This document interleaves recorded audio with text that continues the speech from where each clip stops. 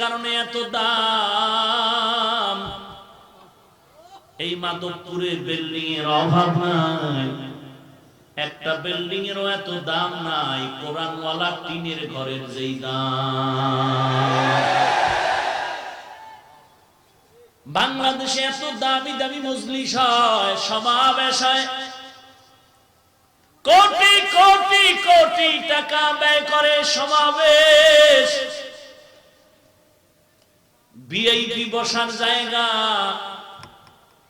সামনে কত পুরস্কারের আয়োজন, ভিআইপি নাস্তার খানার আয়োজন। ওই সমস্ত দামি দামি মজলিসের এক বিন্দু কোনো সওয়াব নাই। আর আজকে মাধবপুর স্টেডিয়ামের মধ্যে বসার জায়গাটাও ভালো না, বিছানাটাও ভালো না, কিন্তু এই মজলিসটার এত দাম, বসার সাথে সাথে গুনাহ মাআফ।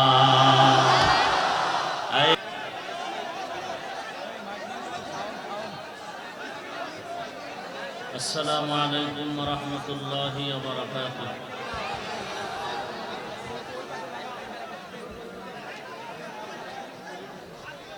আলহামদুলিল্লাহ আলহামদুলিল্লাহিল্লাযী জা'আলা আশ-শামসা ওয়াল কামারা বিহুসবান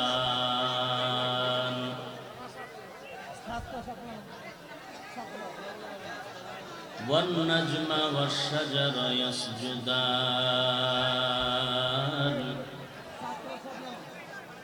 وفضل زمانا على زمان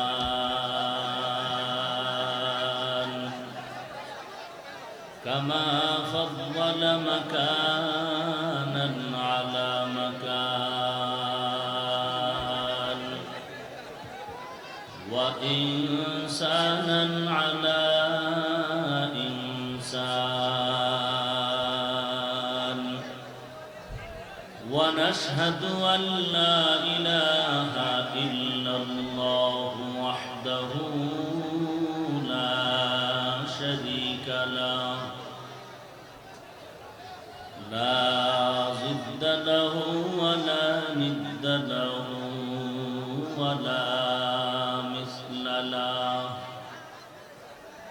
ونشهد أن سيدنا وسندنا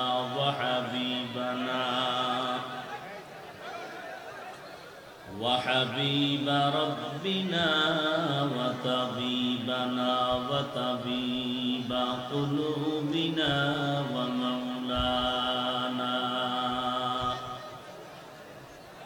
ومولانا محمدا عبده ورسوله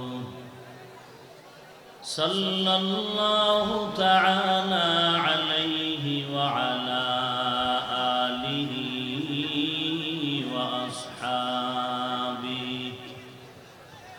وأصحابه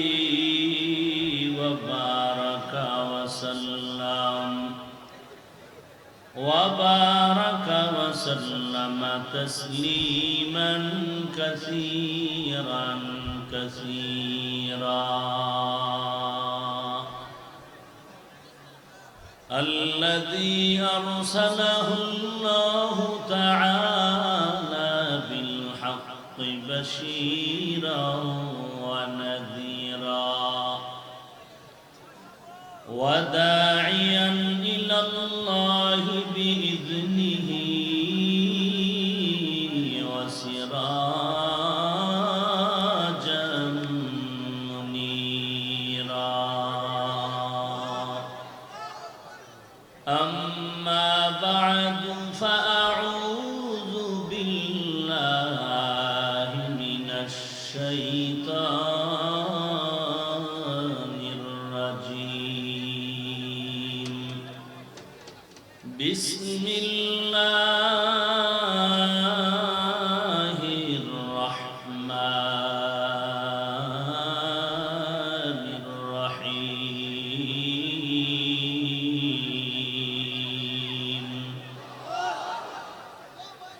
ألف لام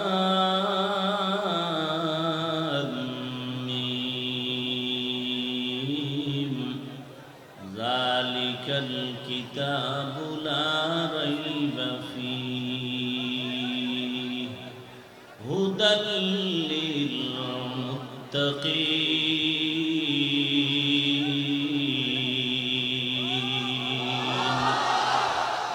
وقال النبي صلى الله عليه وآله وسلم تركت فيكم أمرين لن تضلوا ما تمسكتم بهما كتاب الله وسنة رسوله أو كما قال النبي عليه الصلاة والسلام.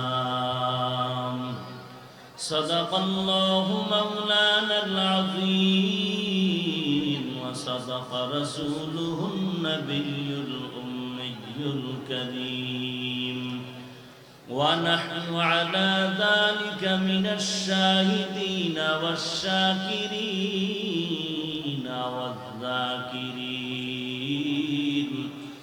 والحمد لله رب العالمين.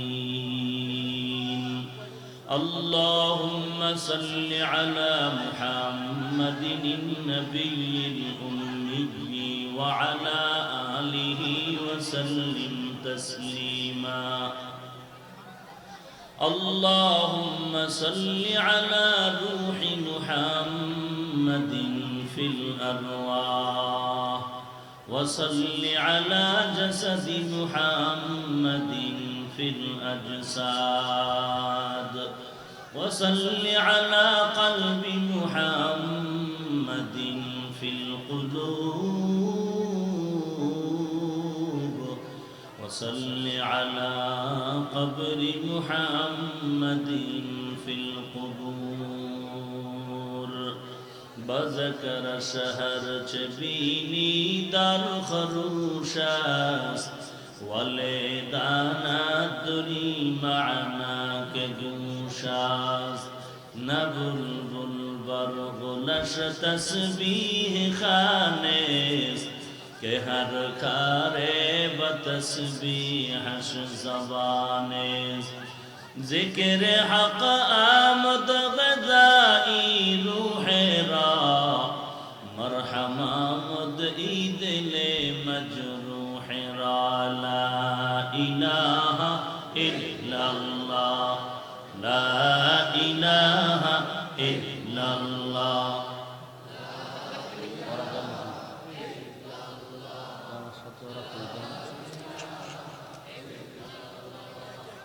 لا إله إلا الله لا إله إلا الله.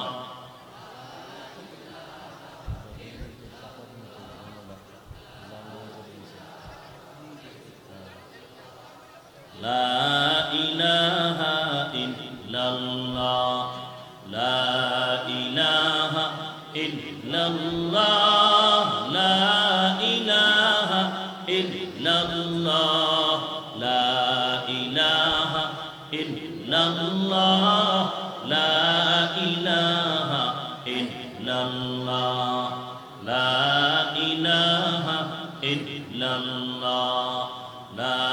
لا إله إلا الله لا إله إلا الله لا إله إلا الله لا إله إلا الله لا إله إلا الله لا إله إلا الله لا إله إلا الله لا إله إلا الله لا إله إلا الله.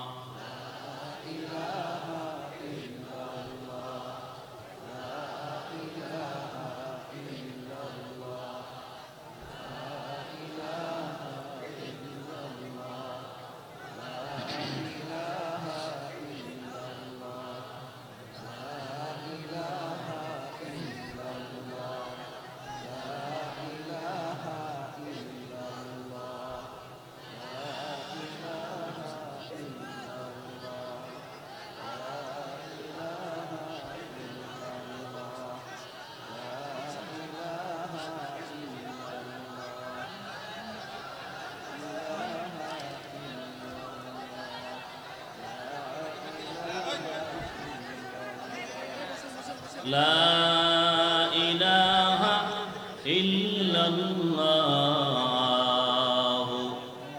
মুহাম্মাদুর রাসূলুল্লাহ।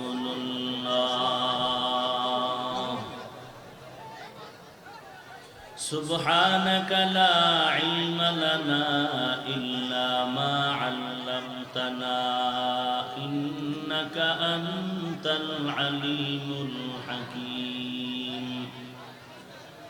رب اشرح لي صدري ويسر لي أمري واحلل عقدة من لساني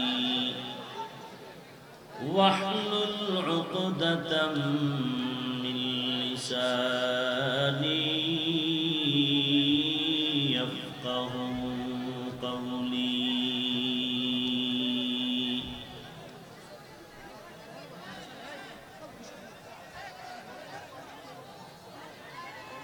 सूरज ने दिया अपनी शुआओं को ये पैगाम, सूरज ने दिया अपनी शुआओं को ये पैगाम। दुनिया है अजब चीज, कभी सुबह कभी शाम। दुनिया है अजब चीज, कभी सुबह कभी शाम। दुनिया में हो दुनिया का तलबगार नहीं हो, दुनिया में हो दुनिया का तलबगार नहीं हो। बाजार से गुजर हो खरीदार नहीं हो, बाजार से गुजर हो खरीदार नहीं हो। मकबूल है शाद है काबिल तो बहुत है, मकबूल है शाद है काबिल तो बहुत है। ऐना के मानिंदे तो नहीं दिल तो बहुत है, ऐना के मानिंदे तो नहीं दिल तो बहुत है।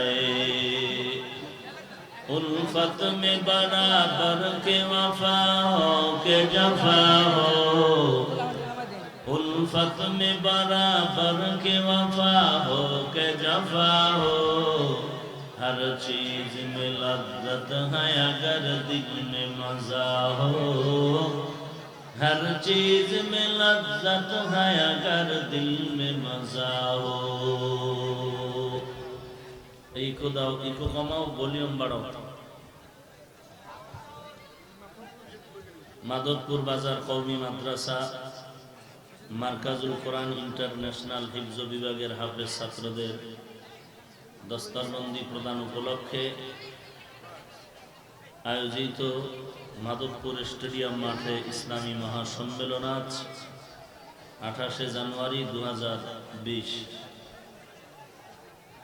মহতিয়ে মাহফিলে উপস্থিত মোহতারাম সম্মানিত সভাপতি, প্রধান অতিথি, বিশেষ অতিথিবৃন্দ, মুআজ্জাজ মুকাররম জাতির মাথার মুকুট আরাসাতুল আম্বিয়া হযরত উলামায়ে কেরাম, দূর দূরান্ত থেকে আগত আল্লাহ পাকের আশিকিন, জাকিরিন, শাকিরিন, মুহিব্বিন, মুরব্বিয়ান আযম, কলিজার টুকরা আমার সমবয়সী যুবক বন্ধুগণ, স্নেহের ছোট ভাই, পর্দার আড়ালে অবস্থানরত শ্রদ্ধেয় সম্মানিত মা ও বোনেরা, রব্বুল আলামিনের দরবারে লাখো কোটি শুকর ও সুজুদ যে মহান রব্বুল আলামিন ফিতনার জামানায় কুরআন ও সুন্নাহর ভিত্তিতে সহি তরিকায় কিছু কথা বলার জন্য, শুনবার জন্য আমাদেরকে কবুল ও মঞ্জুর করেছেন।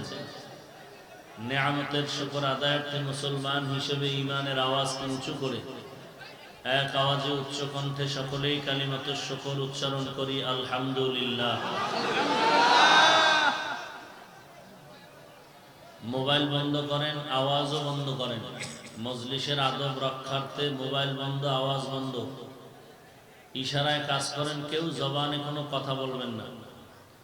লক্ষ কোটি দরুদ ও সালাম সাইয়্যিদুল মুরসালিন রাহমাতুল লিল আলামিন, শফিউল মুজনিবিন, খাতামুন নবিয়্যিন, সাইয়্যিদুস সাকালাইন, ইমামুল মুরসালিন, শফিয়ে আযম, রাসূল আকরাম, রহমত আলম, নবিয়ুল আরব আল আজম, হাবিবে কিবরিয়া, আশরাফুল আম্বিয়া, সৈয়দুল আম্বিয়া, শফিয়ে মাহশর, সাকিয়ে কৌসর, আকায়ে নামদার, মদীনা का ताजदार, आफताब नबूवत, फख्र मौजूदात, सैयदुल मखलूक़ात, हज़रत मुहम्मदुर रसूलुल्लाह सल्लल्लाहु अलैहि व आलिहि वसल्लमेর উপর যারা দাঁড়িয়ে আছেন, বসার যদি সুযোগ থাকে আদব রক্ষার্থে অনুরোধ জানাচ্ছি বসে পড়বেন, তারপরও কেউ কথা বলবেন না।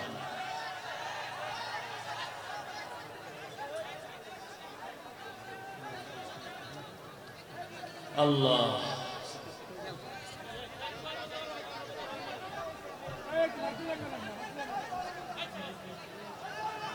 আমি আজ আপনাদের সামনে কিছু কথা বলার জন্য কোরআনে হাকিমের সূরা বাকারার শুরুতে আয়াতে কারিমা তিলাওয়াত করেছি।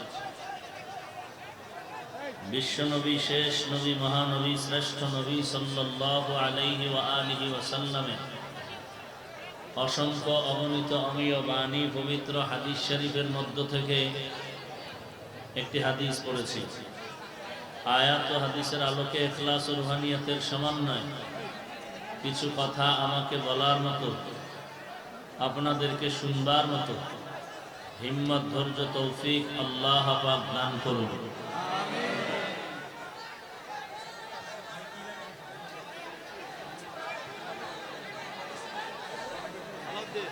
আপনারা আওয়াজ দেন কেন?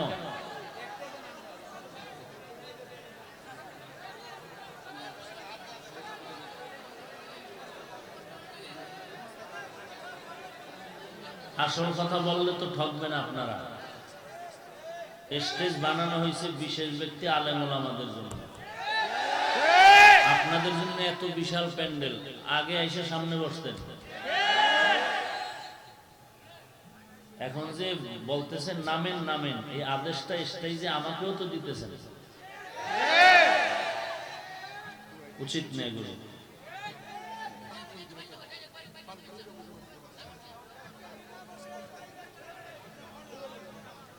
আর স্টেজে এত লোক কেন? ওলামায়ে কেরাম আর বিশিষ্ট ব্যক্তি ছাড়া বাকিরা নামলেই তো ভালো হয়।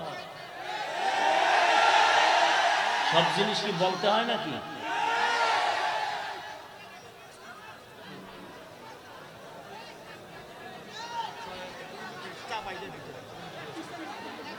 একটু পিছনে যান, তো হয়, একটু পিছনে গেলেও তো হয়।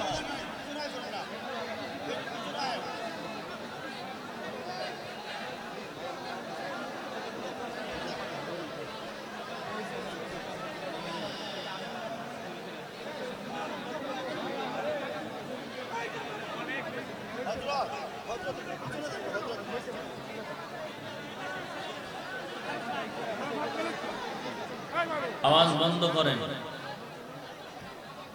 কেউ আমরা কথা না বলি, যার যার ওয়েতে ইশারায় কাজ করি, কেউ কথা না বলি। যে আয়াত আমি পড়েছি, আল্লাহ রাব্বুল আলামিন বলেন, আলিফ লাম মিম ওয়াল্লাহু আ'লামু বিমুরাদিহি যালিকাল কিতাবু লা রাইবা ফীহি, ওই কিতাব যার মধ্যে নাই কোনো সন্দেহ, সন্দেহের অবকাশ। হুদান লিল মুত্তাকিন, এই কিতাব আল্লাহ প্রেরণ করেছেন, অবতীর্ণ করেছেন যারা আল্লাহ ভীরু, তাদের হেদায়েতের জন্য। রাসূলুল্লাহ সাল্লাল্লাহু আলাইহি ওয়া আলিহি ওয়াসাল্লাম ইরশাদ করেন,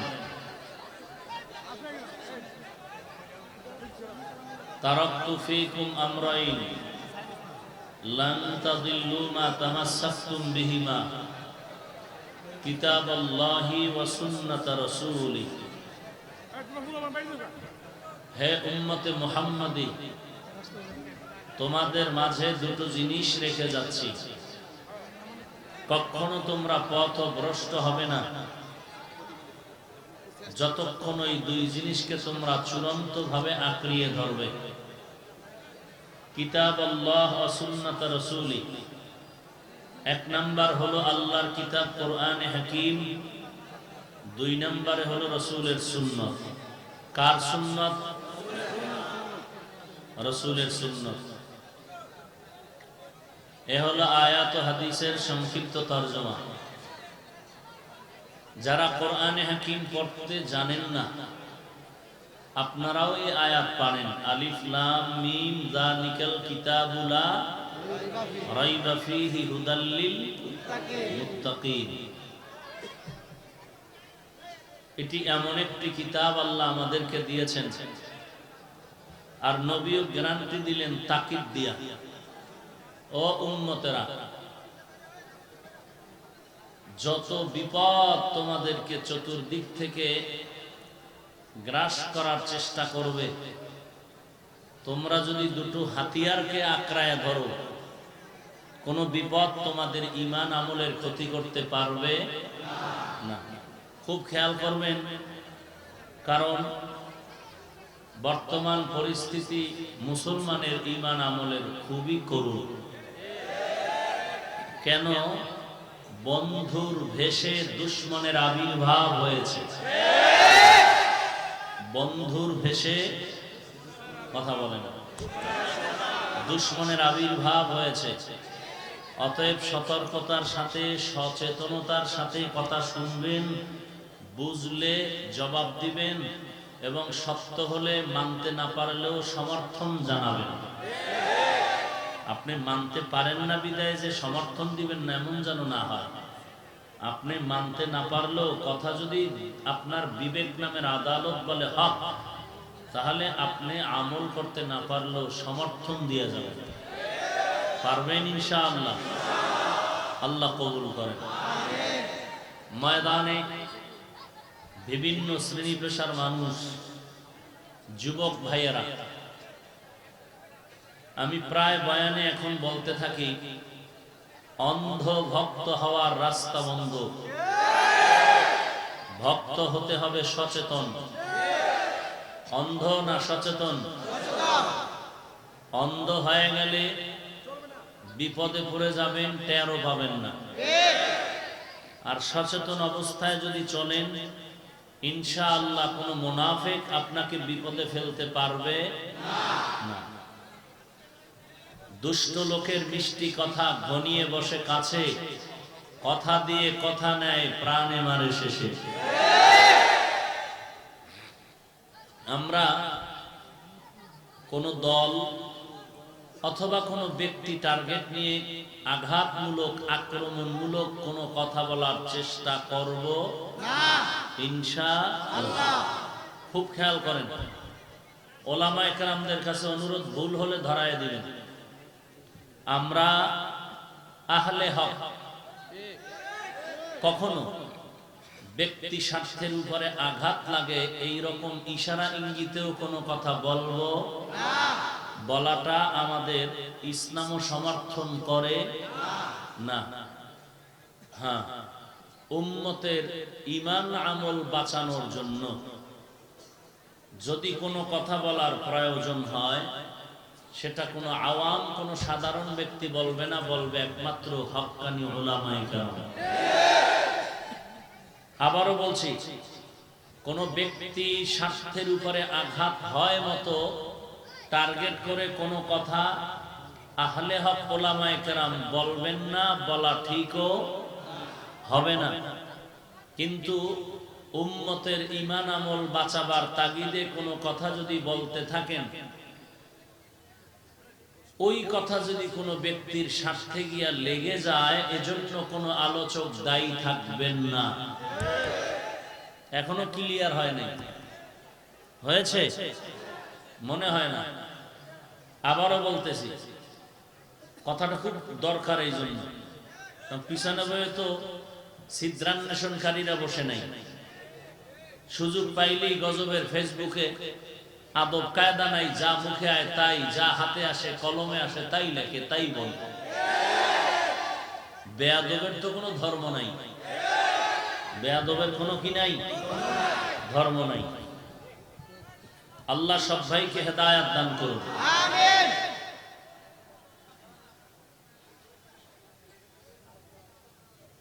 কোন ব্যক্তির স্বার্থের উপরে আঘাত লাগার মতো কোনো কথা কোনো বয়ানে বলা যাবে না। আহলে হক ওলামায়ে কেরাম বলবেন না, বলাটা উচিত হবে কিন্তু দিনের স্বার্থে। কিসের স্বার্থে?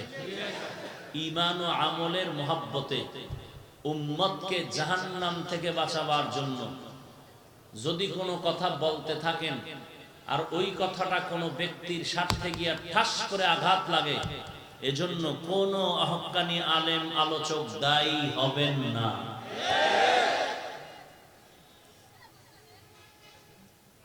এই কথা ওই কথার জবাব দিলাম যারা বলেন হুজুর গো পিছে হুজুর লাগলো কেন। বলেনি যে হাফিজ ভাই আপনার তো নাম ধরে কেউ সমালোচনা করে না, আপনি কেন করেন? বলে না? চরমনাইকে তো কেউ গালি দেয় না, ভণ্ড পীরেরা তো আপনাদেরকে গালি দেয় না, আপনি কেন ভণ্ড পীরের গালি দেন? বলে কি বলে না?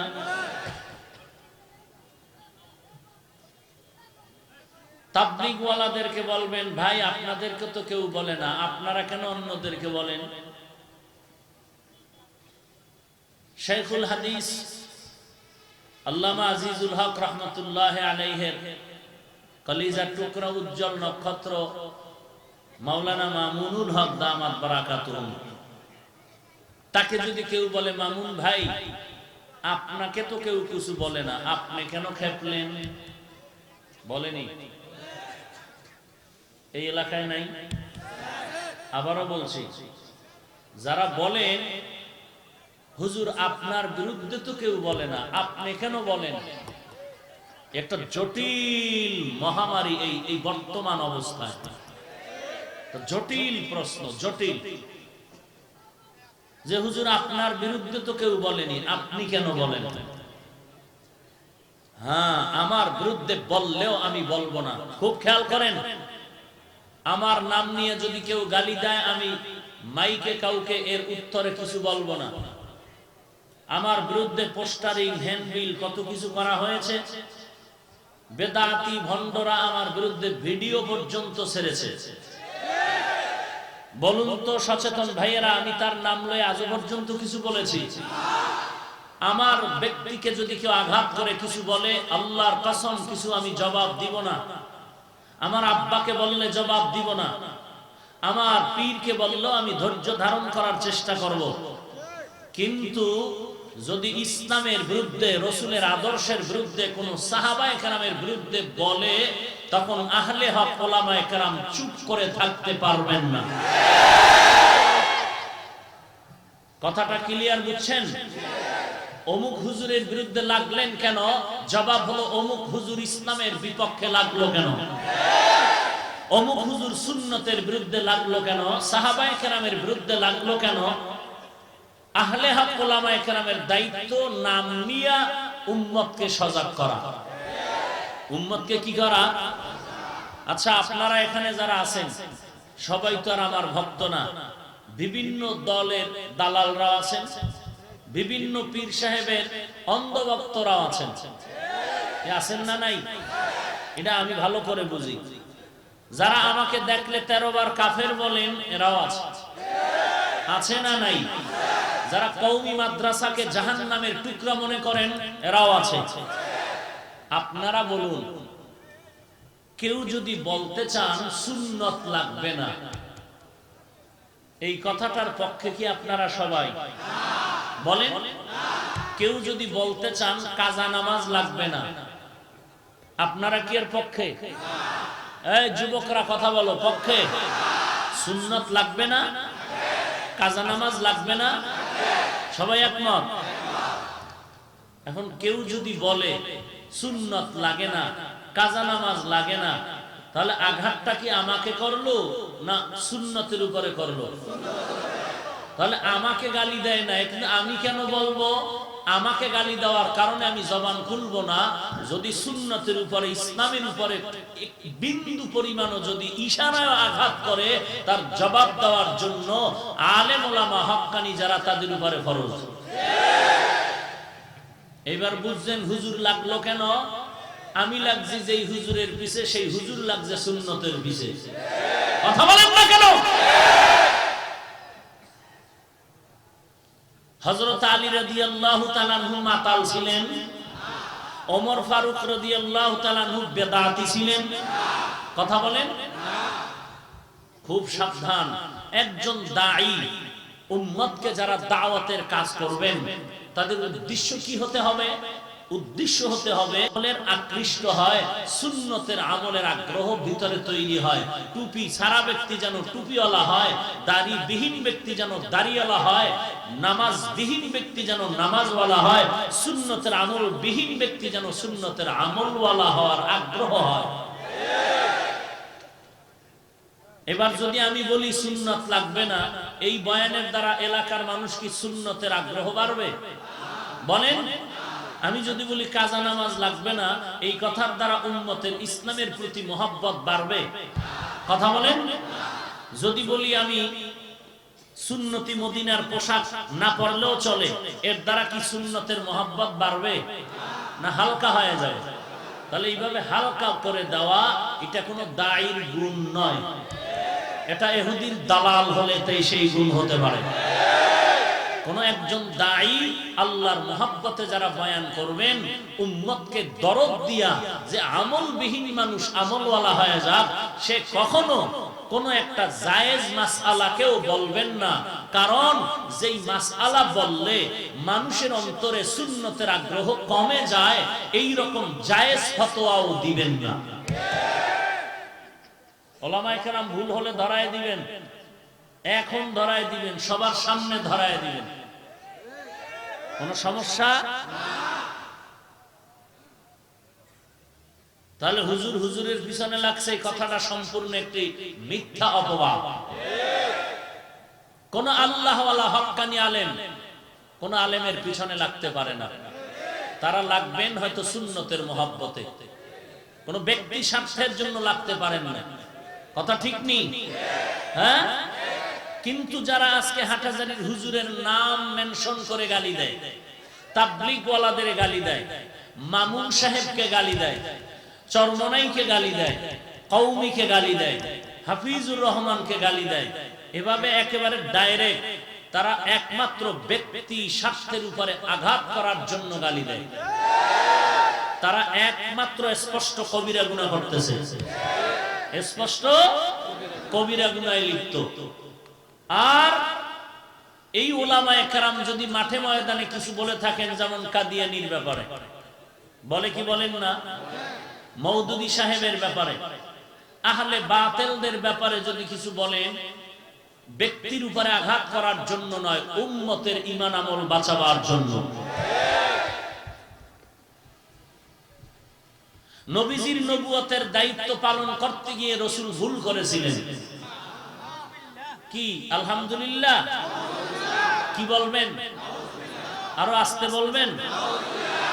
নবীজি তার নবুয়তের দায়িত্ব পালনে ভুল করেছিলেন।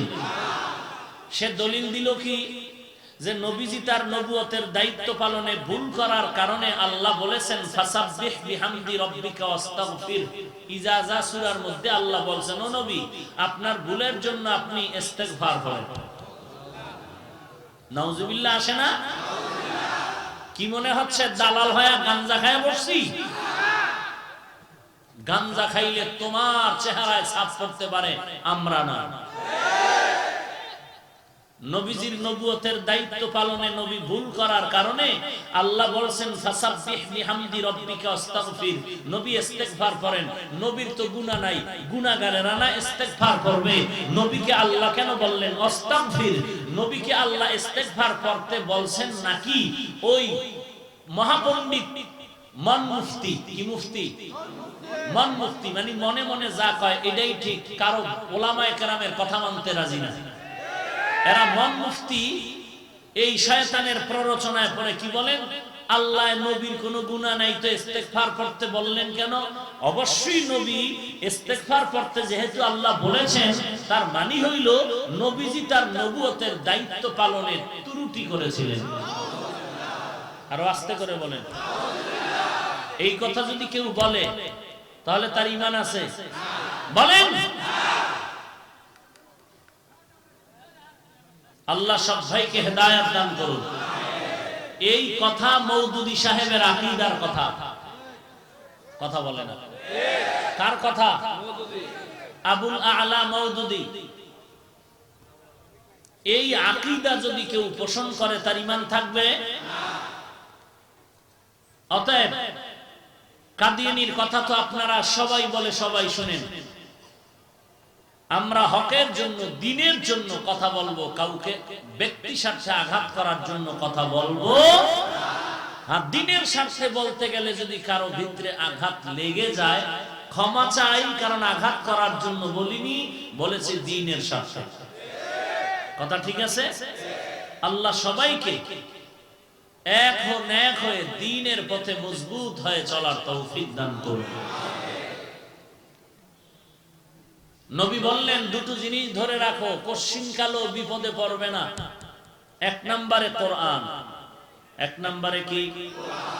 দুই নম্বরে ভুলে গেছে কি? কার সুন্নাত? নবীর সুন্নাত। কথা ঠিক?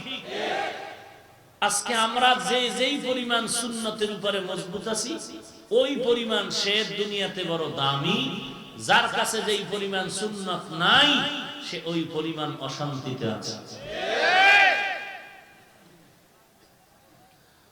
আহা, আল্লাহ পাক এমন একটা কিতাব আমাকে দিলেন, আমাদেরকে দিলেন। আমাদের কপাল কত ভালো, আমরা কত ভাগ্যবান মুসলমান যে একজন আল্লাহ পাইছি, যে আল্লাহর মতো আর কেউ নাই।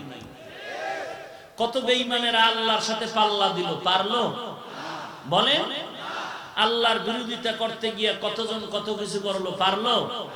নমরুদ, হামান, সাদ্দাত, কারুন, ফিরাউন কেউ পেরে উঠে? নমরুদটা আল্লাহকে মেরেই ফেলবে, রেডি হয়ে গেল, আল্লাহকেই মেরে ফেলবে। পারলো? কিন্তু এই বদমাশকে আল্লাহ দুনিয়া থেকে বিদায় করতে কি পরিমাণ আসমানি বাহিনী লাগছে? কি লেগেছে? একটা অসুস্থ মশার সাথে জুতা মোবারক। কথা বলে না। এত বড় বেঈমানের কপালে জুতা লাগলে মোবারক না কইলে হক আদায় হয়? কথা বলেন না কেন? দুনিয়াতে দামি দামি বেঈমানের কপালে জুতা যেহেতু লেগেছে, মোবারক না বললে আর এই কথার মান থাকে না। আমেরিকার ডব্লিউ বুশের গালে লেগেছে, লাগেছে কি লাগে নাই? লেগেছে। এই নমরুদ শেষ হয়ে গেল। কেমন অপদস্থ হলো যে ইমানদার কেন, কোন বেঈমানের, গোটা দুনিয়াতে কোন বেঈমান খুঁজে পাবেন না নমরুদ নামে। পাবেন?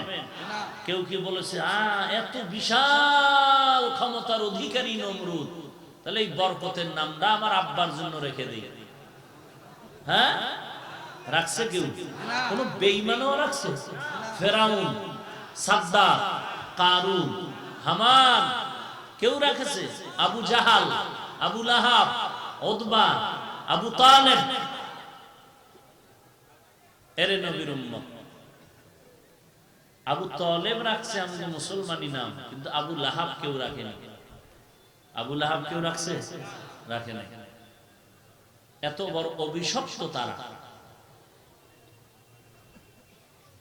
আল্লাহ রাব্বুল আলামিন আমাদেরকে এমন এক নবী দিলেন যে নবীর কোনো তুলনা নেই। আছে? যেই নবীর আদর্শ ১৫০০ বছর পর এত মানুষ আজকে এই মাধবপুর স্টেডিয়ামের মধ্যে কি টাকা দেওয়া হবে? খানার পোটলা দেয়া হবে? দেখেন, সে আসর থেকে মানুষ এখানে সমাগম।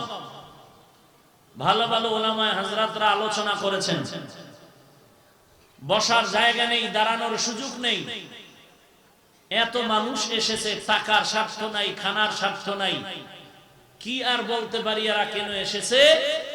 একমাত্র রাহমাতুল লিল আলামিনের আদর্শের আকর্ষণ। কথা ঠিক না? খুব সাবধান। অতএব আকর্ষণে যেন বিকর্ষিত না হয়ে যান। কথা যতক্ষণ সঠিক লাইনে বলবো মানবেন, বেঠিক লাইনে বললে আব্বা হলেও মানা যাবে না। এ হলো সচেতন ভক্তের আওয়াজ।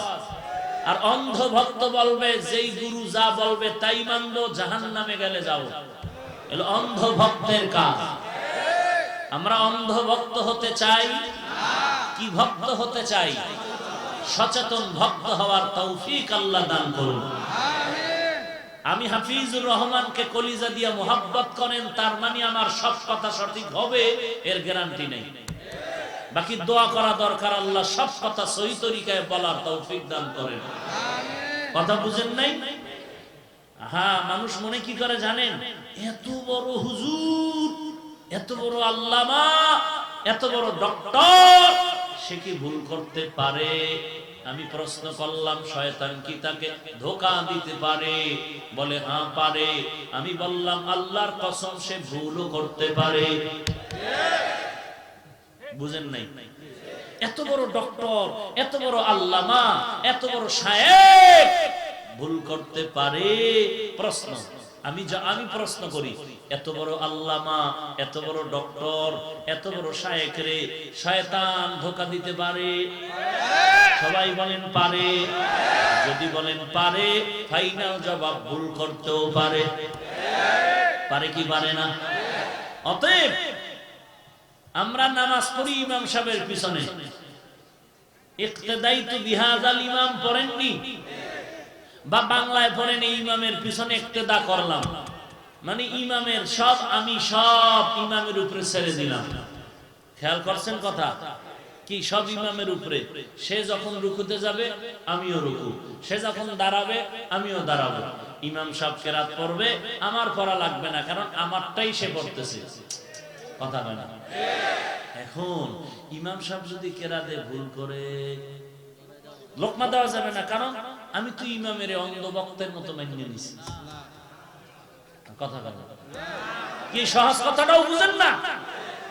ইমামের উপরে পুরো সুপর্দ হইয়া নামাজে দাঁড়াইছি, ইমাম যা করবে এটা আমার করা।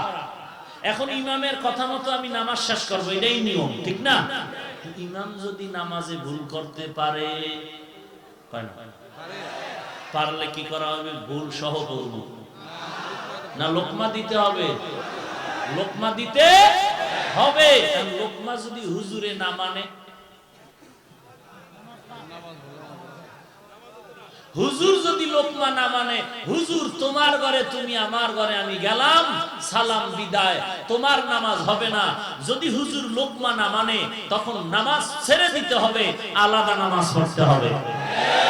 কথা ঠিক? সহজ কথা। আমি যেই পীরকে মানি, যেই ইমামকে মানি, যেই বক্তাকে মহব্বত করি, বক্তার যদি ভুল হতে পারে এই বিশ্বাস নিয়ে চলতে হবে এবং দোয়াও করতে হবে, আল্লাহ আমি যাকে মহব্বত করে মুরব্বি মানি, তার কথায় যেন সাফাতে লিসান না হয়, তার কথায় যেন শরীয়ত বিরোধী কিছু না হয়। যদি হইয়া যায় লোকমা দিল, লোকমা যদি না মানে তাকেও মানি না। এর নাম সচেতন ভক্ত। আর লোকমা দেওয়া, লোকমা যদি না দেয় এটাও একটা ধান্দাবাজ। আর লোকমা দেওয়ার পরে যদি গুরুজন না মানে, এরপর যদি তার আঞ্জা ধরে থাকে, এটাও ধান্দাবাজ। আর কেমনে বুঝাইতাম মাধবপুরের বাঙালি মুসলমানকে? কেমনে বুঝাইলে কালকে থেকে আর তওবা করবেন যে আর বলবো না হুজুর হুজুরের পিছে লাগলো কেন? হুজুরের পিছে আপনি লাগবেন, হুজুরই লাগবে। হুজুরের পিছে কে লাগবে? আরে ভুল হইছে ইমাম সাহেবের, লোকমা দিবে এমন এক ব্যক্তি, ইমামের পিছনে এমন এক লোক থাকতে হবে যে ইমাম নামাজ যদি ভঙ্গ হয় আর একজন যোগ্যতা সম্পূর্ণ গিয়া সামনে যেন নামাজ শেষ করতে পারে। এজন্য ইমামের পেছনে কোনো মূর্খ কথা বলতে পারবে না, মূর্খ দাঁড়াতে পারবে না। ইমামের পেছনে দাঁড়াবে একজন আলেম, যোগ্যতা সম্পন্ন ব্যক্তি। অতএব একজন আলেমের ভুল আলেম ধরবে, আলেমকে শুধরানো আলেম শুধরাবে। তুমি মূর্খ নয়, তুমি মূর্খ, কোন অধিকার নাই আলেমের ব্যাপারে মুখ খোলার, কলম ধরা। আলেমের পেছনে কিছু বলার থাকলে আলেম বলবেন, কোন সাধারণ মানুষ নয়। আল্লাহ বুঝার তৌফিক দান করুন। সমস্যা কি হয়েছে জানেন? এই পুরো স্টেজে লাইন দিয়ে যদি এক কাতার দাঁড়ায়, সামনে মোটামুটি 20 জন দাঁড়াইলো। কিভাবে দাঁড়াইলো? তার চেহারার হালাত কি? Pant shirt tie, pant shirt tie, মাথায় কোরআন শরীফ। সবার মাথায় কি? কোরআন শরীফ। কয়জন দাঁড়াইলো? 20 জন। কথাগুলো মনে রাখেন, একটু বিরক্ত হলেও কথাগুলো মনে রাখবেন। 20 জন দাঁড়াইলো, প্যান্ট শার্ট টাই লাগায়, মাথার মধ্যে কোরআন। কসম খাইলো 20 জনে 20 বার। কয়বার? কসম খাইয়া বলতেছে সুন্নাত লাগবে না। হ্যাঁ, নাউজুবিল্লাহ পরে কোন কথা বুঝেন, আগে কথা বুঝেন। এই 20 জনে কোরআন শরীফ মাথায় লইল, কসম খাইলো আল্লাহর উপরে। কথা কি বললো? সুন্নাত লাগবে। বলেন না কেন সুন্নাত? এই কথা বলার পরে আপনারা মানবেন? মানবে তো নাই। যে সুন্নতের আমল মোটেও করে না সেও জুতা মারবে। কথা বলেন না কেন? যদি বলে এই 20 জন শার্ট প্যান্ট টাই লাগায় কোরআন মাথায় নিয়ে কসম খাইয়া কয় কাজা নামাজ লাগবে না, কেউ মানবে? যে জীবনে এক ওয়াক্ত নামাজও পড়ে না এও করবে ধর। কথা বলেন না কেন? কিন্তু 20 জন লাগবে না, 19 জনও লাগবে না, মাত্র একজন বড় আলেমও না, মাথায় একটা বাইশাক পাগড়ি আর দাড়ি আর টুপি আর এই মদিনার পোশাক লাগায় যদি একেবারে এখানে বৈশা বলে সুন্নাত লাগে না, তখন সব মানুষ বলবে হুজুর যেহেতু কইছে ওইতেও পারে। কথা বলেন না কেন? যেহেতু টুপিওয়ালা কইছে হইতেও পারে। এজন্যই বললাম বন্ধুর ভেষে টুপিওয়ালা থেকে সাবধান, খুব সাবধান। ইহুদি খ্রিস্টানরা চিন্তা করলো আমরা গিয়া বাঙালির সামনে যদি কই সুন্নাত লাগে না, তো জুতার বাড়ি একটাও মাটির পড়বে না। অতএব কিছু ভণ্ড সাজায় দাও সমাজে, এরা ইসলামের লেবাস লাগাইয়া মুসলমানের ঈমানটা কিনে ফেলবে। কথা বুঝছেন? রাগ করতেছেন মনে হয়। সুন্নাত লাগবে না এই কথার পক্ষে আপনারা? দুই একজন থাকলে হাত দেখান তো যে হুজুর না আমি ওই পক্ষে, সুন্নাত লাগে না, একটু হাত দেখান তো। তাহলে দোয়াটা কইরেই যাই একেবারে কঠিন ভাবে, যে আপনার যেন শাফাত নবী না করে।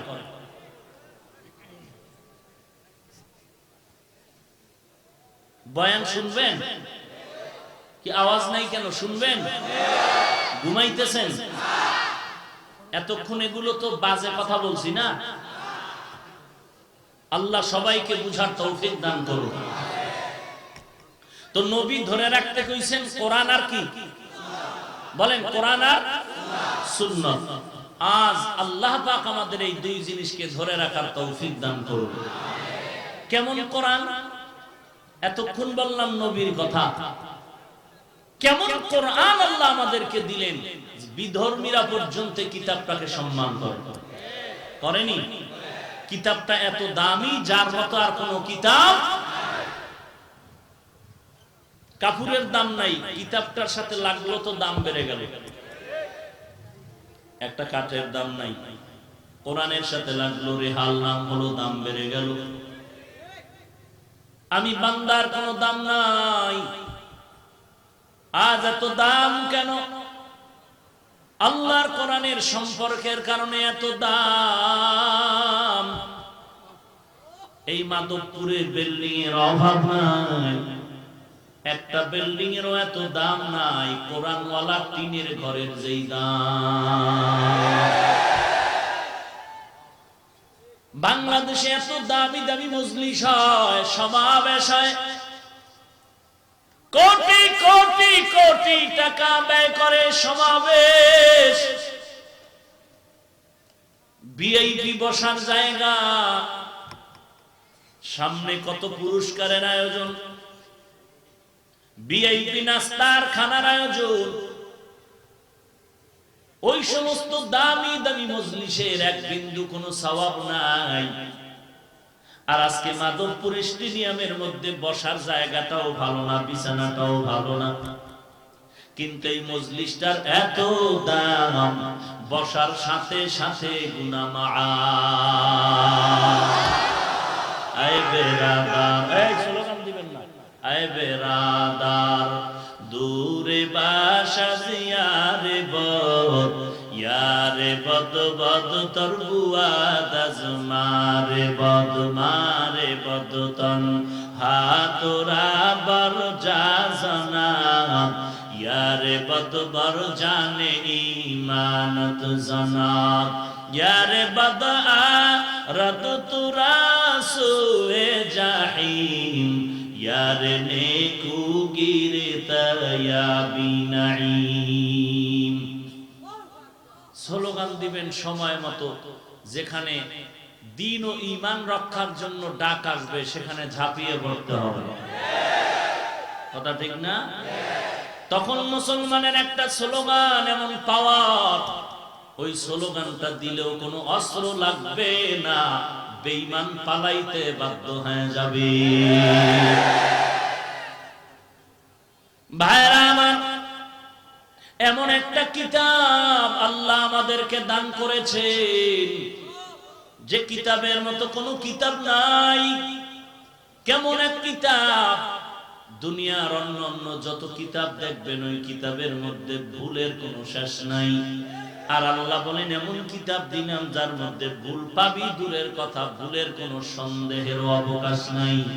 এমন একটা কিতাব, এমন কিতাব যেই কিতাব পড়লেও সওয়াব, শুধু তাকাইয়া তাকাইয়া দেখলেও আমলনামায় সওয়াব। ই কালামে জিন্দা কুরআনে হাকিম, হিকমতে উলায়া জানাসতো কদিম, বখা কুরআন কালামুল্লাহ বশনো কদিমাস্তি, কদিমাস্তি নইনো। আমরা কাউকে ভালোবাসবো কার জন্য? আমরা কাউকে খারাপ ভাববো কার জন্য? আল্লাহর জন্য। কাউকে খারাপ ভাবা মানি কি? মানি হইল আল্লাহ যাকে ভালোবাসে না আমিও তাকে ভালোবাসি না।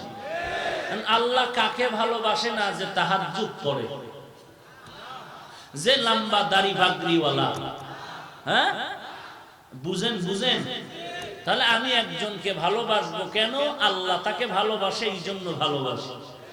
এরা নবীর আশিক উম্মতের দল। এই জমিনের মধ্যে আল্লাহ পাক বললেন, আমাকে মেনে চলো রে গোলাম। আল্লাহকে আমরা সবাই মানব, এবং যদি জবাব চাই সবাই বলবেন হ্যাঁ আমরা আল্লাহকে মেনে চলতেছি, চলবো। কিন্তু এই চাপার জোরে মানতেছি বললে হবে না। আল্লাহ মাপকাঠি দিয়েছেন, ওই মাপকাঠির মাধ্যমে তুমি পরিচয় দাও।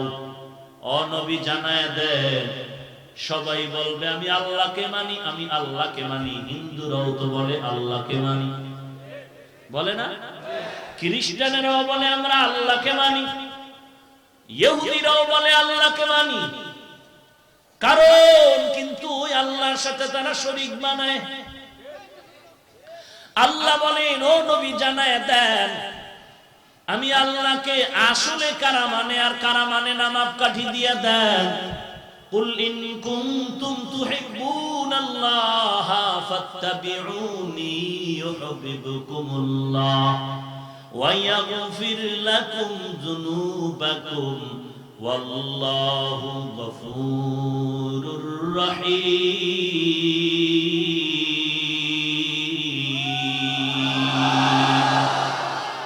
আল্লাহ তাআলা বলেন, নবী উম্মতরে বলেন, যারা আমি আল্লাহকে ভালোবাসতে চায় তার মাপকাঠি হলো আপনি নবী। অর্থাৎ আমি আল্লাহকে যারা ভালোবাসতে চায় তারা যেন নবী আপনাকেই অনুসরণ করে। তো নবীকে অনুসরণ করাটাই হলো আল্লাহকে ভালোবাসার পরিচয়। যে নবীকে মানে না প্রমাণ সে আমার আল্লাহকেও মানে না। যে আমার নবী মানবেন প্রমাণ হবে সে আল্লাহকে মানেন।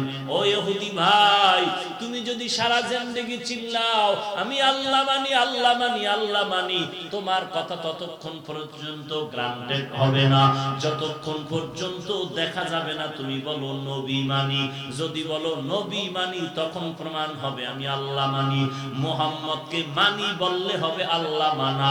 যদি বলো মুহাম্মদ রে মানি না, তুমি 1000 কোটি বারও যদি তাসবিহ দিয়া জিকির করো আল্লাহ মানি, তোমাকে ইহুদি হইয়া জাহান্নামে যেতে হবে, তোমাকে খ্রিস্টান অবস্থায় জাহান্নামে যেতে হবে। ও হিন্দু ভাই, যতবার বলো আল্লাহ মানি, আল্লাহ মানি, মুহাম্মদকে না মানলে তোমার আল্লাহ মানা হবে চাপাবাজি। আমার কথা, আল্লাহ বলেন কে আমাকে মানে কে মানে না তার মাপকাঠি হলো নবী। যে নবী মানে প্রমাণ হবে সে আল্লাহ মানে, যে নবী মানে না প্রমাণ হবে সে আল্লাহ মানে না। কোন নবী? কোন নবী? আদম নবী, ইউসুফ নবী, এরে নবী না আশিক উম্মতের দল, একমাত্র শ্রেষ্ঠ নবী রহমাতুল লিল আলামিন। কেমন নবী আমার, যে নবীর চেহারার দিকে নজর করলে পেটের ক্ষুধা নিবারণ হয়ে যায়। কেমন নবী আমার, যে নবীর ঘাম থেকে মিশকের ঘ্রাণ পাওয়া যায়। কেমন নবী আমার, কেমন নবী পেয়েছো রে মাধবপুরের মুসলমান, যেই নবীর আদর্শ দেখলে কলিজা ঠান্ডা হয়ে যায়। 1500 বছর পর ওই নবীর আদর্শ দেখে কত হিন্দু কালেমা পড়তেছে, কত ইহুদি মুসলমান হয়ে গেল, কত খ্রিস্টান মুসলমান হয়ে গেল। আর ওই নবীর উম্মত হওয়ার সৌভাগ্যবান হইয়াও যারা সুন্নাত মানো না, সুন্নি দাবি করলে ধোঁকাবাজ ছাড়া কিছু বলা যাবে না। তুকু যাও সুন্নতে আহমদ কুজা বা মুহাম্মদ কাইবুমত নিসবতরা হামসুরাত হামসিরাতে মুস্তফা দর তামামি হালে উকুন ইত্তেবা ইত্তেবায়ে সুন্নতে খায়রুল বাশার গিরে লাজিম তাবয়াবি এ পেসার মান আহাব্বা সুন্নতি কওলে রাসূল মজদায়ে কানা মাই হাম কুন কবুল। কার সুন্নাত মানবেন? নবীর সুন্নাত নাই এমন কোন কাজ নাই। আপনি ব্যবসা করবেন সেখানেও সুন্নাত আছে না নাই? আঙ্গুলের নখগুলো কেমনে রাখবেন আর কাটবেন সেখানেও নবীর সুন্নাত আছে না নাই? যারা মানে তারা সুন্নি, যারা মানে না সুন্নি দাবি করলে চাপাবাজ। মাথার চুল কেমনে কাটবেন কেমনে রাখবেন সেখানেও মদিনার সুন্নাত আসেনি। মানলে তুমি সুন্নি, না মানলে তুমি ধোঁকাবাজ। কে আল্লাহ মানে? একে আল্লাহ মানে? জবাব হলো যে নবী মানে। কে নবী মানে? কে নবী মানে? কেউ যদি বলে আমি নবী মানি, আমার নবী আমার জান, নবী আমার প্রাণ, এই গান গাইলে নবী মানা হবে না। নবী মানা হবে নবীর সুন্নতের আমলের দ্বারা। ফাইনাল কথা, কে নবী মানে কে নবী মানে না? জবাব হলো যে নবীর সুন্নাত মানে সে নবী মানে, যে নবীর সুন্নাত মানে না সে নবী মানে না, যে নবী মানে না সে আল্লাহ মানে না, যে আল্লাহ মানে না বিনা হিসাবে জান্নাতি। কি? যে নবী মানে তার প্রমাণ কি? বিড়ি টানে। কি মানতে হবে? নবী মানতে হলে কি মানতে হবে? সুন্নাত। কার সুন্নাত? قال النبي صلى الله عليه وآله وسلم عليكم بسنتي وسنة الخلفاء الراشدين المهديين উম্মতের দল আমার সুন্নতের আঁকড়ায় ধরো এবং আমার খোলাফায়ে রাশিদিনের সুন্নতের আমল করো। যারা শুধু নবী মানে এই দল একদল আছে, নবীর হাদিস মানে সাহাবায়ে কেরামদের মানে না, এর নবীর উম্মতেরাও হলো নবীর দুশমন। যারা নবীও মানে সাহাবীও মানে তাদের নাম হলো আহলে সুন্নাত ওয়াল জামাআত, এর নবীর উম্মতের দল। আমরা রমজানে তারাবির নামাজ পড়িনি 12 মাস 12 বছর পরে একবার নাকি প্রতি বছর? আপনারাও পড়েননি? প্রতি রমজান তারাবি পড়েননি? বলেন না কেন? পড়েন। পুরা রমজান নাকি 5 দিন? কথা বলেন। পুরা রমজান, পুরা রমজান, পুরা রমজান। এবং প্রতি বছরের রমজানে নবী তারাবি পড়েন নাই, পুরা রমজানে তারাবি পড়েন নাই। আমার নবী জীবনে তারাবিহের নামাজ পড়েছেন একবার, মাত্র 3 দিন। কয়দিন? তাহলে আমরা যে প্রতি রমজান তারাবি পড়ি, আমরা যে প্রতি বছরের রমজানে তারাবি পড়ি, পুরা রমজানের 30 রোজা তারাবি পড়ি এবং 20 রাকাতের তারাবি পড়ি, এই আমলটা হলো সাহাবায়ে কেরামের আমল। আল্লাহর নবী বলেন ওয়া সুন্নাতিল খুলাফাইর রাশিদিনাল মাহদিয়িন, আমার খোলাফায়ে রাশিদিনদের সুন্নত মানো, তরিকা মানো। তো আমার নবী বললেন আমার সাহাবাদেরকে মানো, আমার সাহাবায়ে কেরামের তরিকা মতে আমরা তারাবির নামাজ পড়ি। অতএব আমরা দাবি করলাম আহলে সুন্নাত ওয়াল জামাআত। নবী না, যারা আল্লাহ মানবে না তারা জান্নাত সহসয় পাবে না। এখন নবীকে মানার কিছু ধরন আছে। একটা লোককে বললাম ভাই টুপি পরেন না কেন? টুপি কার সুন্নাত? কার সুন্নাত? ভাই টুপি পরেন না কেন? তাহলে যে নবীকে মুহাব্বত করে, ভালোবাসে, সে বলবে হযরত টুপি মাথায় দেওয়া খুব জরুরি একটা কাজ, সুন্নাত। আমি ঝামেলার কারণে পারি না, একটু দোয়া করবেন আমি যেন চেষ্টা করে আমল করতে পারি। এগুলো যারা নবীকে মুহাব্বত করে এদের কথা। ভাইজান দাড়িটা লম্বা করেন না কেন? হুজুর মনে চায়, পারি না। আপনাকে ধন্যবাদ, আপনাকে গালি দেওয়া যাবে না, হিংসা করা যাবে না। একদিন না একদিন আল্লাহ আপনার দিলের তামান্নার কারণে ব্যবস্থা করে দিতে পারেন কি পারেন না? আপনাদের মাধবপুরে মিষ্টির দোকান আছে নি? একটা লোক আল্লাহর বান্দা, পকেটে একটা টাকাও নাই, দোকানের সামনে দাঁড়ায় বলে এই মাধবপুরের দোকান থেকে মিষ্টি নাও, একটা খাইলে 40 দিনে ক্ষুধা লাগবে না, এমন মজার রসের গল্লা নিয়ে যাও। ওই ব্যক্তি এমন অ্যাডভাইস করতেছে, স্লোগান দিতেছে, 1 ঘন্টার মধ্যে 100 মণ মিষ্টি শেষ হয়ে গেল। দোকানের মালিক তাকায় বলে এই বেটা এদিকে আয়, তুই এত স্লোগান দিলি, তুই কেন মিষ্টি নাও না? বলে আমারও মনে চায়, খাইতে পারি না, টাকা নাই। দোকানওয়ালা কয় মনের মতো খা, আবার পোটলা বানাইয়া বাড়িতেও নিয়ে যা, একটা টাকাও দেওয়া লাগবে না। কি বুঝলেন? কিয়ামতের ময়দানে যদি কোনো আল্লাহর বান্দা এমন হয় নিজে টুপি পরতে পারে নাই, অন্য টুপিওয়ালার কাছে বারবার দোয়া চাইতো, নিজেও চেষ্টা করত, আল্লাহ গো নবীর তরিকায় টুপি মাথার তৌফিক দান করো, নবীর তরিকায় দাড়িটা লম্বা করার তৌফিক দান করো, নবীর তরিকায় পোশাকটা পরার তৌফিক দান করো। আল্লাহ পারি না, বড় ভয় পাই। আলেম ওলামা দেখলে দোয়া চায়। কিয়ামতের ময়দানে যদি এই তামান্নাও নিয়ে যদি কবরে যাও, আমার নবী বলবে বান্দার মধ্যে তামান্না ছিল, উম্মতের মধ্যে পারে নাই কোন ঝামেলার কারণে, আমি নবী তারে মুহাব্বতের নজরে কোলের মধ্যে টুলে সুপারিশ করব। আল্লাহ বলবে যা, অন্য আমলের বিনিময়ে তোরে মাফ করে দিলাম। আর যদি ওই মিষ্টির দোকানে দাঁড়াইয়া 500 টাকার একটা বান্ডিল নিয়ে পকেটের মধ্যে নিয়ে এইভাবে উঁচু করে দাঁড়ায় কয় একটা মিষ্টিও খাবি না, সব রসের গোল্লা না, সব মাটি দিয়ে বানাইছে, এই দোকানের একটা মিষ্টি খাইলে 13 বার পাতলা পায়খানা হবে।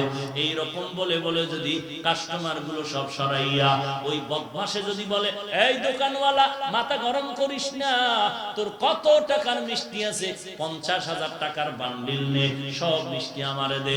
দোকানওয়ালা বলবে, জুতার বাড়ি ছাড়া তোরে কিছুই দিব না, কারণ তোর টাকার দরকার নাই, তুই যে বদনাম করেছো আমার দোকানের সুনাম জিন্দেগি শেষ। ঠিক তেমনি ভাবে নবীর আশিক নামের ধান্দাবাজেরা কি বলে জানেন? টুপি নিজেও পরে না, অন্যেরটাও দেখতে পারে না, দাড়ি নিজেও রাখে না, অন্যের দাড়ি দেখতে পারে না, নিজেও মদিনার পোশাক লাগায় না, অন্যের পোশাকটাও দেখতে পারে না। যদি জিজ্ঞাসা করেন, ভাইজান মদিনার টুপি কেন পরেন না? টুপি না পরলে অসুবিধা কি? আবার ধাক্কা দিয়ে কয়, টুপির মধ্যেই কি ইসলাম? ভাইজান দাড়িটা কেন রাখেন না? বলে, দাড়ি না রাখলে অসুবিধা কি? দাড়ির মধ্যেই কি ইসলাম? ভাইজান মদিনার পোশাক কেন পরেন না? বলে, শার্ট প্যান্ট পরলে কি অসুবিধা কি রে বাবা? শার্ট প্যান্ট না পরলে তোমার না পরলে অসুবিধা কি? মদিনার পোশাকের মধ্যেই কি ইসলাম? মেসওয়াক করেন না কেন? বলে, বেরাস করলে অসুবিধা কি? মেসওয়াকের মধ্যেই কি ইসলাম? এই রকম ধান্দাবাজ সমাজে অভাব নাই। আমি তো তোমাকে বলি নাই তুমি বেরাস কেন করো, আমি তো বলি নাই তুমি টুপি ক্যাপ কেন পরো, আমি তো বলি নাই শার্ট প্যান্ট টাই পরছো জাহান্নামে গেছো, তো বলি নাই। তুমি আমাকে ধাক্কা দিয়া কেন বললা শার্ট প্যান্ট টাই পরলে অসুবিধা কি? অসুবিধা সুবিধা সব তোমার, কিন্তু দিনের অসুবিধা সুন্নতের আমল না করলে অভাব। দিনের আমল সুন্নতের আমল না করলে তো তুমি নবীর আশিক হতে পারবে না।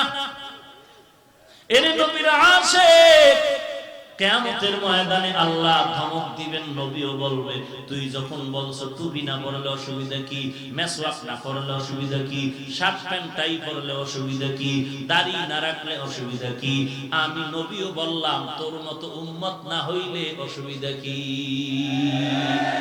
हकीकत से तू दुनिया बेखबर है, दुनिया की नुमाइश पर नजर है, नमी गुयम के आज दुनिया जुदा बाश, बाहर कारे के बाशी बा खुदा बाश।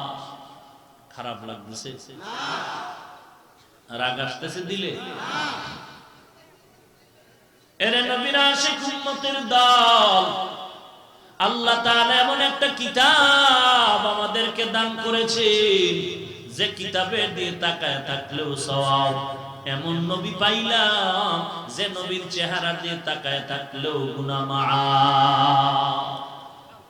ওই কিতাব শুরু করলেন আলিফ লাম মিম, যালিকাল কিতাবু লা রাইবা ফীহি হুদাল লিল মুত্তাকিন।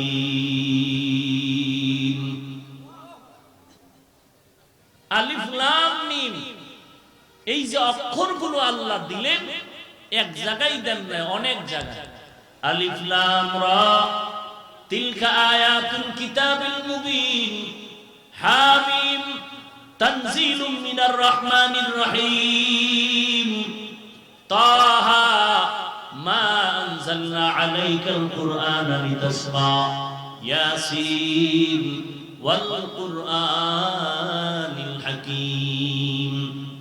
তাহা ইয়াসিন কাফ হা ইয়া আইন সাদ আলিফ লাম রা আলিফ লাম মিম, এই যে অক্ষরগুলো আছে, এইটা ভাষা, দুনিয়াতে যত ভাষা আছে সব ভাষা শেখার জন্য এই ভাষার নিজস্ব অক্ষর আছে, বর্ণ আছে।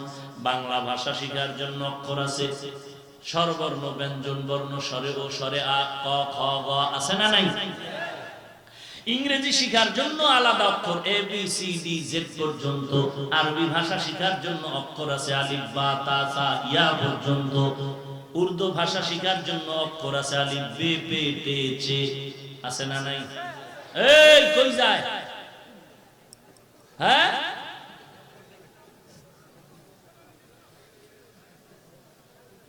এই যে ব্যারাম,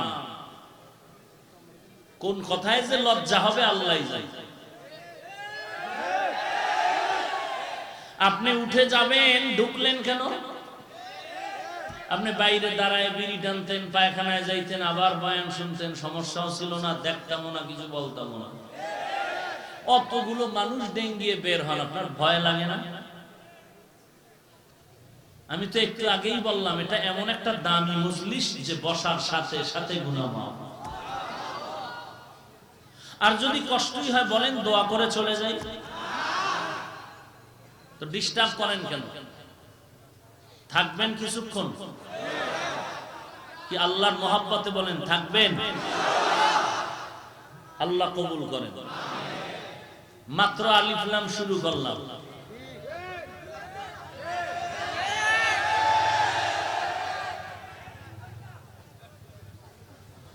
আহা, আমরা তাফসীর করা শিখি নাই, তাফসীর করতে জানি না।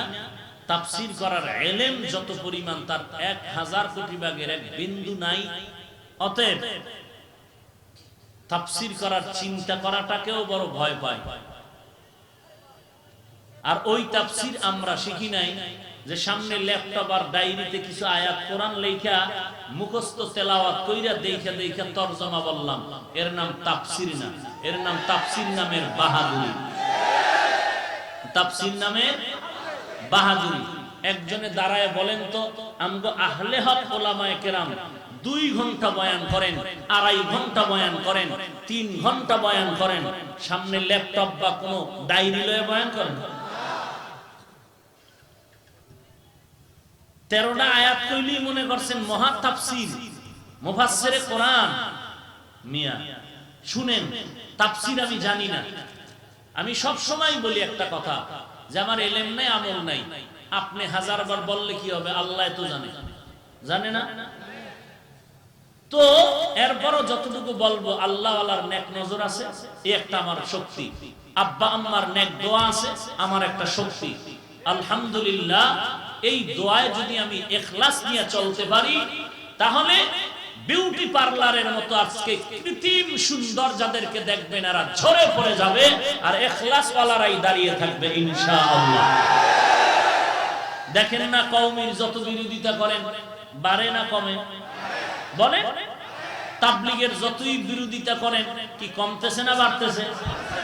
আরে সত্য কথা বলবেন না? আমি শুরুতে না বলছি, মানতে না পারলেও কথা হক হইলে সমর্থন দিবেন। তাবলীগের যতই বিরোধিতা করে, কমে না বাড়ে? চরমনাইওয়ালাদের যত বিরোধিতা করে, কি কমতেছে না বাড়তেছে? বলে বাড়তেছে। কি আপনি বিরোধিতা করার এই এক কারণ না, অন্য কারণ, তারা ভোর রাত্রে কান্না করে। ভোর রাত্রে কি করে?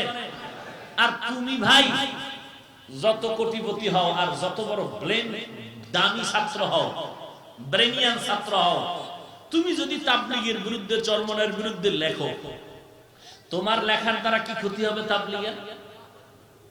এক বিন্দু। বলে চরমনের এক বিন্দু। তা তুমি বিরোধিতা করে খামাখা কবিরা গুনাহ কেন করো?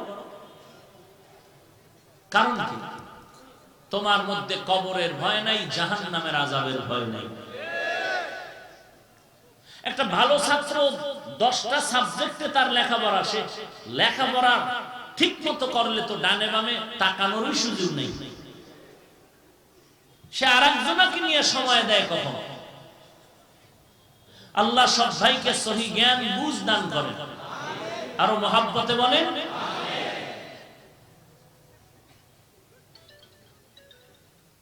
আল্লাহ রাব্বুল আলামিন এই অক্ষরগুলো যে দিলেন, ভালো করে মনে রাখবেন, এই যে অক্ষরগুলো আছে, এই অক্ষরের একক কোনো অর্থ নাই। আলিফ অর্থ নাই, লাম অর্থ নাই, মিম অর্থ নাই। ঠিক অন্যান্য ভাষায়ও এ বি সি ডি এগুলোর একক কোনো অর্থ নাই। সরে ও সরে আ কোনো অর্থ নাই, ক অর্থ নাই, ল অর্থ নাই। হ্যাঁ, সংযুক্ত হলে, মিলিত হলে অর্থ হবে ক ল ম। মিলাইলে কি হবে? কলম। তখন অর্থ হবে লেখার একটা যন্ত্র। কিন্তু আলাদা ক অক্ষরের অর্থ নাই, ল অর্থ নাই, ম অর্থ নাই, আলিফ অর্থ নাই, লাম অর্থ নাই, মিম অর্থ নাই, বা অর্থ নাই, তা অর্থ নাই, সা অর্থ নাই। অন্যান্য সব বুঝলাম, কিন্তু কোরআন শরীফের বেলায় প্রশ্ন, খুব খেয়াল করবেন। অর্থ নাই এমন অক্ষর এত দামি কিতাবে আল্লাহ দিলেন কেন? এ হলো একটা প্রশ্ন। প্রশ্নটা বুঝলেন কিনা? যে অর্থ নাই এমন অক্ষর কোরআনে দিলেন কেন? এই প্রশ্নের জবাব দিব চারটা। এক নাম্বার জবাব, মক্কার জমিনে মুশরিক বেঈমানরা নবীর উপরে প্রশ্ন তুলছিল, আল্লাহ এই অক্ষর দিয়ে মুহাম্মদ নবীর উপরে কলঙ্কের দাগ বসানো বেঈমানের দাগের উন্মোচন করেছিলেন এই অক্ষর দিয়ে। যেমন নবীজি কোরআন তেলাওয়াত করে করে উম্মতকে শুনাইতেন আর বলতেন, হাযা কালামু রাব্বি, এটা আমার আল্লাহর কালাম। মুশরিকরা বলতো মুহাম্মদ নিজে নিজে নিজে নিজে কালাম বানায়া কোরআন বানায় বলে আল্লাহর কালাম। মুহাম্মদ নিজে নিজে কোরআন বানায় বলে আল্লাহর কালাম। আল্লাহ পাক এই অক্ষর দিয়ে জবাব দিলেন, এরে বেঈমান, যদি মুহাম্মদ এই কালাম বানাইতো, কোরআন বানাইতো, মুহাম্মদ জানতো আলিফের অর্থ কি, লামের অর্থ কি, মিমের অর্থ কি। মুহাম্মদ যেহেতু জানে না, সেহেতু প্রমাণ হলো এ কোরআন মুহাম্মদের বানানো না, এ কালাম হলো একমাত্র আমার আল্লাহ তাআলার কালাম। কার কালাম? মুহাম্মদের বানানো কালাম না। প্রশ্ন করবেন নবী কেন জানে না? জবাব হলো আমার নবী ইলমে গায়বের মালিক না। গায়বের মালিক কে? আর আস্তে করে বলেন, কুল লা ইয়ালামু মান ফিস সামাওয়াতি ওয়াল আরদিল গায়বা ইল্লাল্লাহ। ও নবী আপনি জানায় দেন, উম্মতরে বলে দেন, আসমানের বাসিন্দারাও গায়ব জানে না, জমিনের বাসিন্দারাও গায়ব জানে না, একমাত্র গায়বের মালিক হলেন আমার আল্লাহর নাম দেওয়ায় না। এতগুলো মানুষ আল্লাহ কয়ে ডাক দিলে তো বেঈমানের মাথা গরম হওয়ার কথা। গায়বের মালিক কে? আর জোরে বলেন, আলিমুল গায়বি ওয়াশ শাহাদাতি হুয়ার রাহমানুর রাহিম।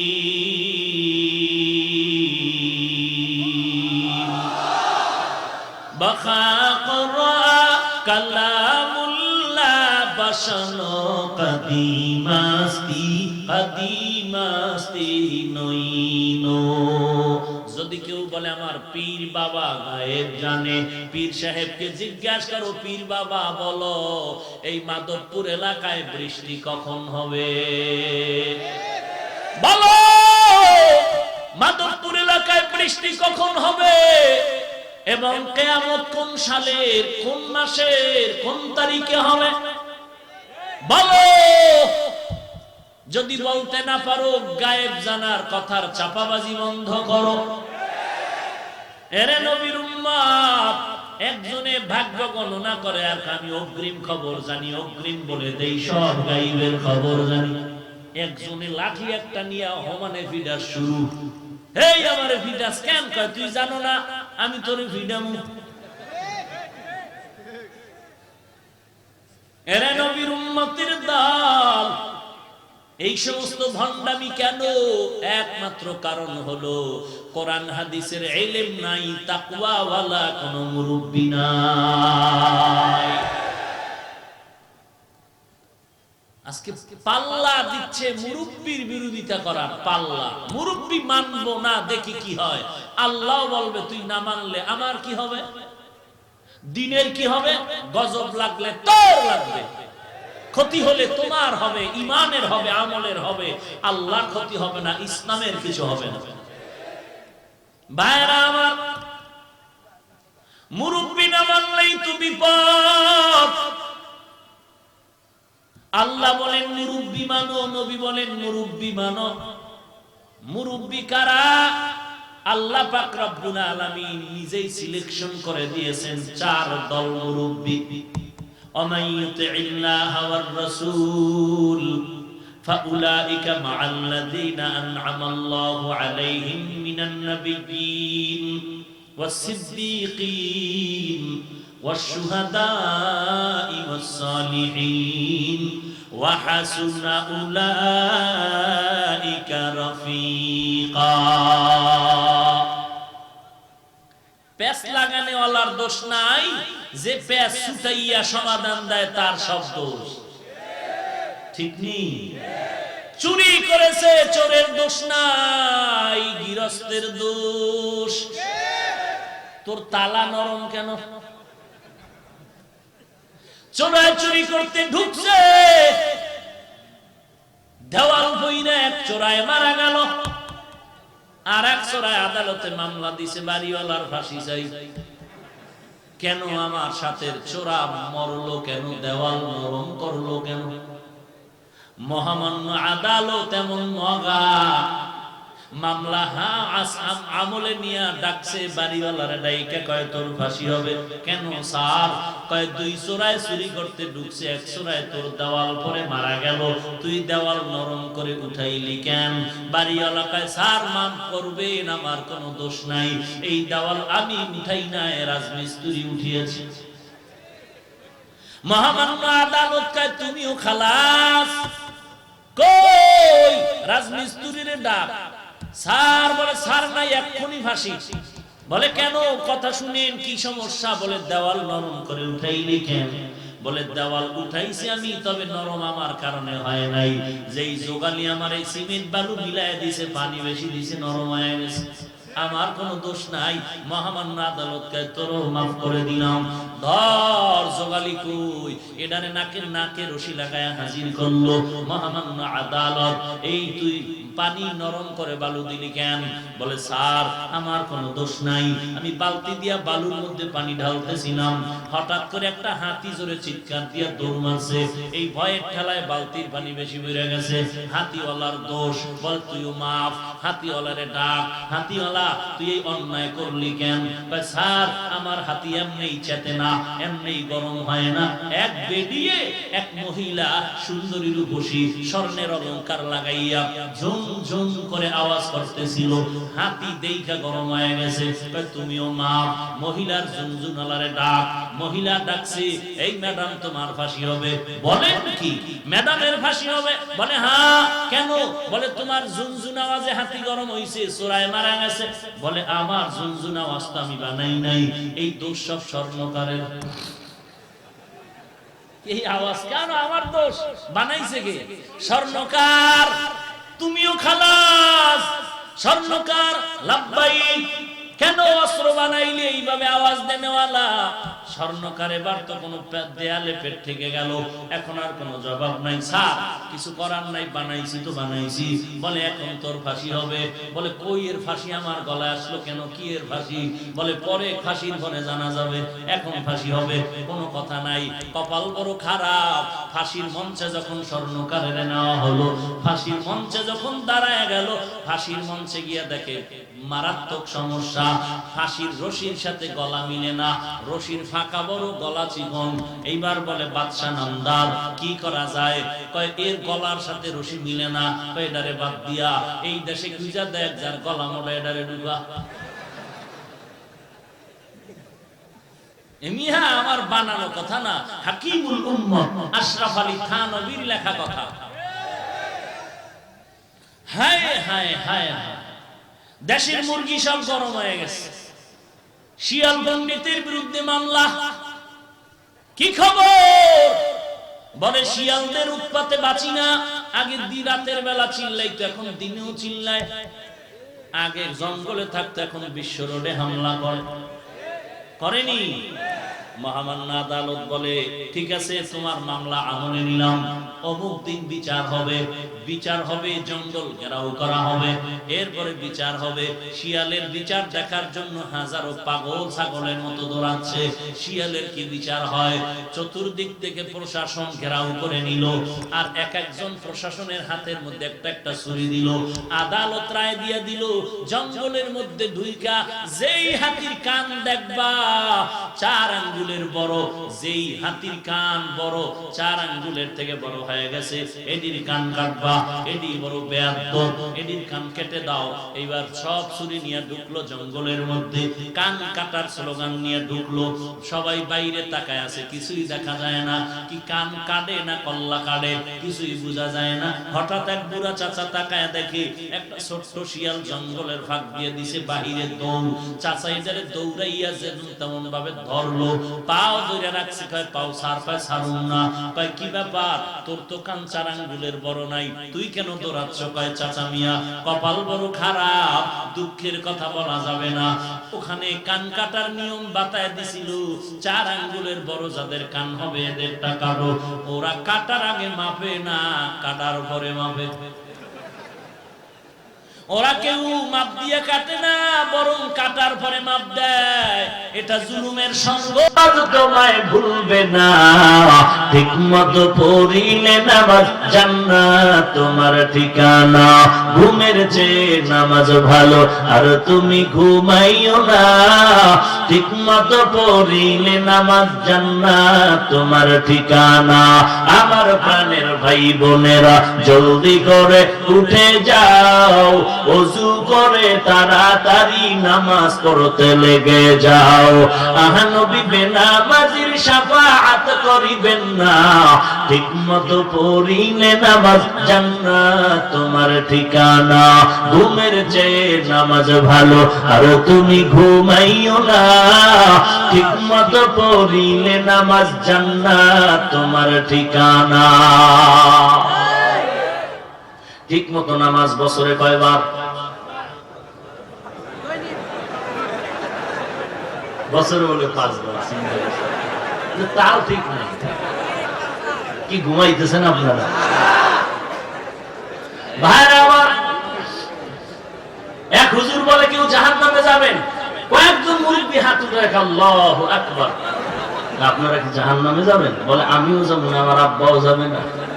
হাত তুললেন কেন? বলে টুপিওয়ালারা যা বলে তো ভালোই বলে জানি। নামাজ কয়বার? হ্যাঁ, দৈনন্দিন কত ওয়াক্ত? 5 ওয়াক্ত নামাজ। না পড়লে তো আর সমস্যা নাই, আছে? পড়েন না কেন? এই আশিকে রাসূল এখানে বসে আছেন, বয়ান শুনবেন, এমন টাটকা আশিক বসে আছে, ফজরের নামাজও পড়েন নাই, যোহর পড়ে নাই, আসর পড়ে নাই, মাগরিব পড়েন নাই,